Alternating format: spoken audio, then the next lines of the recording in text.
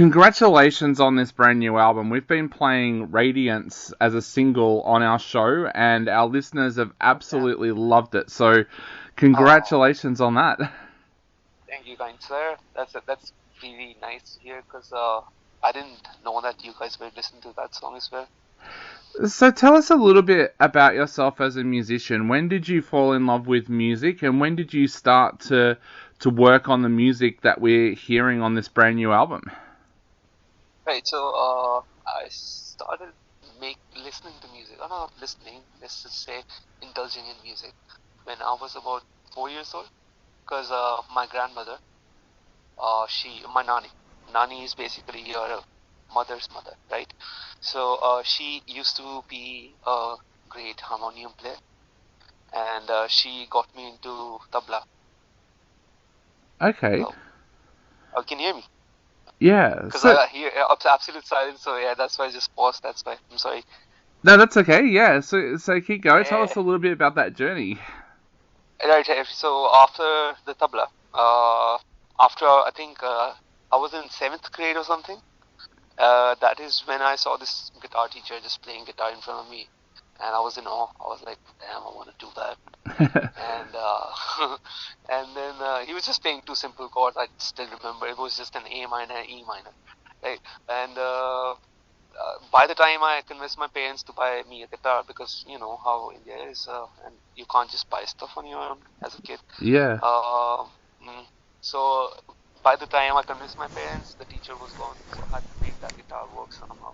And this was 18 years ago, right? Okay. So, Yeah.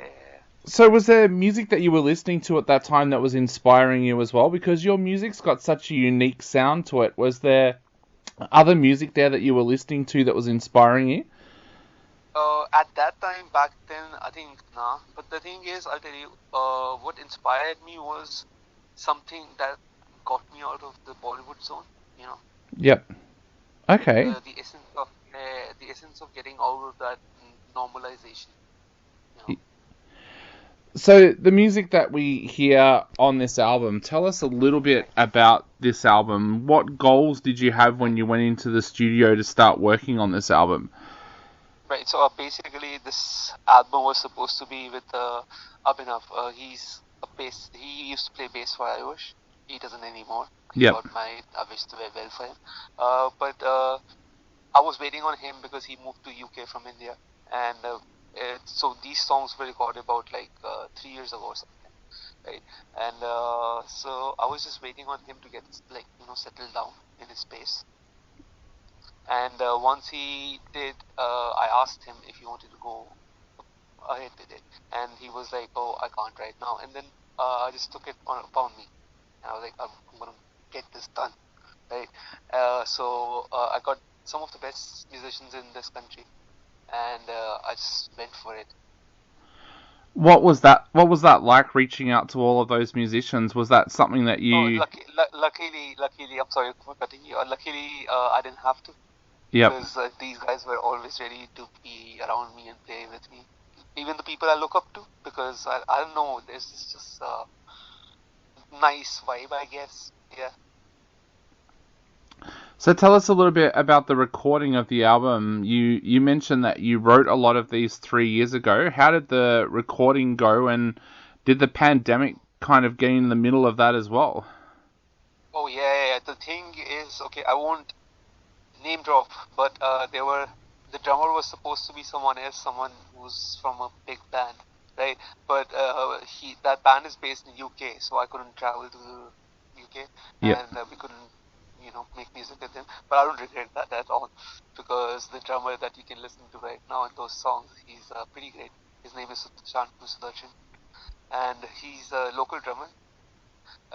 So basically, the whole procedure of recording, right, the past 3 years. So the thing is, I own a studio. It's a pretty decent studio. So I record all the guitars and let's just say arrangement parts in my studio, right? Yep. And for the drums, we went to the best studio in India. It's called Ioish Studios. It's actually a Bollywood studio, ironically. Uh, so we went there and we met the best people over there. We got to band called Vijay Dayal. He's been winning this award for recording engineer for the decade since the Okay. past 2 decades. Since the past 2 decades, so yeah, you know how great it can be, right? So, and I got to learn so much from him in that space, and because he was just there and he was so humble, and it was kind of new to see that for me because what I've seen usually, people are very arrogant when they get to a space or a certain level, right? Yep. So, Yeah, so yeah, go ahead. that's it. So that's what I learned out of that experience. That people who do, they don't show off. I mean, they don't have to show off, right? Exactly. Yeah.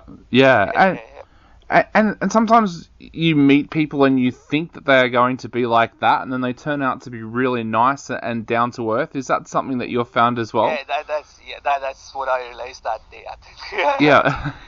Yeah, I mean that's the only thing. The first thing that I realized that okay, I was for Radiance. I worked with the producer. He was very rude to me. I'm sorry, but he was rude in the sense of not catering to my needs in a certain way and being nice about it, right?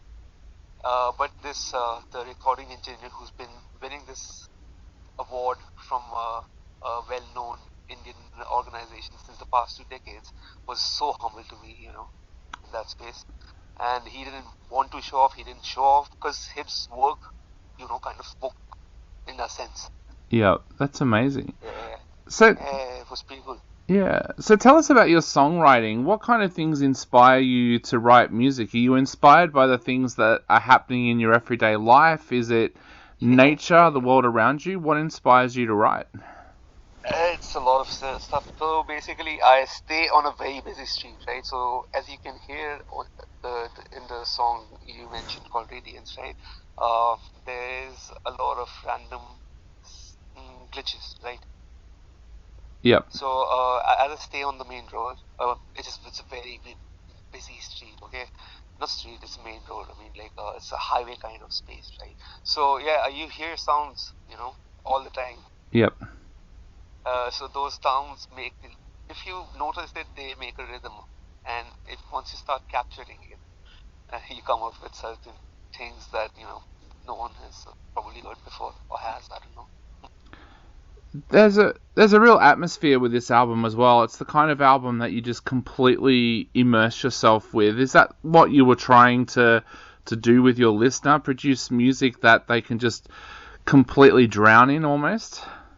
Yeah, so I'm the producer. So anyway, but in that space, yes, obviously, this is the first time that I wanted someone to have a whole audio-visual experience in that space because I'm making the videos for it as well, Yep. and I'm working on this. What do you call this? Projection mappings for the live shows. So I'm basically animating everything and trying to put up a proper show instead of for example, like if you go to a show outside India, right? I'm gonna say it from my point of view. Uh, it's always like the band is putting the best of them, and then there's an organization that's helping that band, right? But in India, it doesn't work like that. It works like okay, you have to contact this company, and then they might get you a show. They might get you the promised money, and you might never get the money. So in that space, I got sick of it because I've played alongside some big artists, right? And I was like, I'm done with that, and I want to put up my own shows like I've experienced. For example, Cigaros is one of my favorite bands, right? Yep. And I don't know if you've watched them ever. Yes. Yeah. We love their Yep. music here. Yep. Yeah, but yeah, have you seen them live? I have. Yes. Yeah. They've come to Melbourne a few Yeah, times. Yep. yeah. So I've seen them like about 10 times, right? Not in India, obviously, but you get the point of the aesthetic of their show, Yeah. right? Yep. Yeah. That's what I want from this. So, with the album about to come out now, what's your plans for the rest of this year and going into next year? Will you look at doing more shows? Will you look at touring overseas? What are the plans once the album comes out? So that's the plan eventually, yes. But the thing is, as I'm the only one who invests in the band monetarily, and I have about three day jobs. One as a psychologist, one as a sound therapist, and one as an audiologist. So I've earn from there and put the money here. So it takes some time. So it's gonna take some time to get the whole thing out first of all. So I'm just waiting for that first. So after that, yes, we're gonna play more shows. That's the ultimate plan, obviously. Awesome. Well, we are going to play Radiance again on our show right now. So what would you like to say to everybody out there listening, not only before they listen to this amazing track once again, but before they go out and grab the album as well? Just buy the album, support us, please, thanks. Because you can hear the song, it's a great song. I know that, you know that. Awesome.